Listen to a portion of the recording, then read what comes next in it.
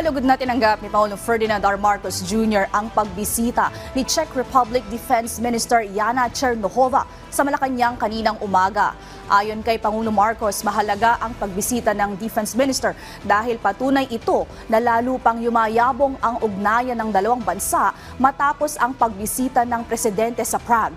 Matatandaang sa state visit ni Pangulong Marcos sa Czech Republic Marso ng nakaraang taon, nilagdaan ang mahalagang kasunduan gaya ng joint communique na naglalayong magtatag ng labor consultation mechanism sa pagitan ng Department of Migrant Workers at Czech Ministry of Labor and Social Affairs. Importante ito lalo't mahigit 7,000 Pilipino ang nagtatrabaho doon. Pinirmahan din ang Memorandum of Understanding na nagpapasigla sa kalakalan at pamumuhunan ng dalawang bansa. Nagbunga yan ng pagbubukas ng Czech Republic ng libo-libong trabaho para sa mga Pilipino na sa meat processing industry.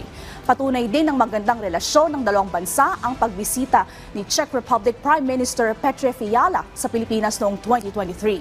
Samantala, kapwa tinalakay nila Pangulong Marcos at ng punong ministro ang pagpapalakas ng defense cooperation, trade at investment, judicial, labor cooperation at university linkage ng dalawang bansa.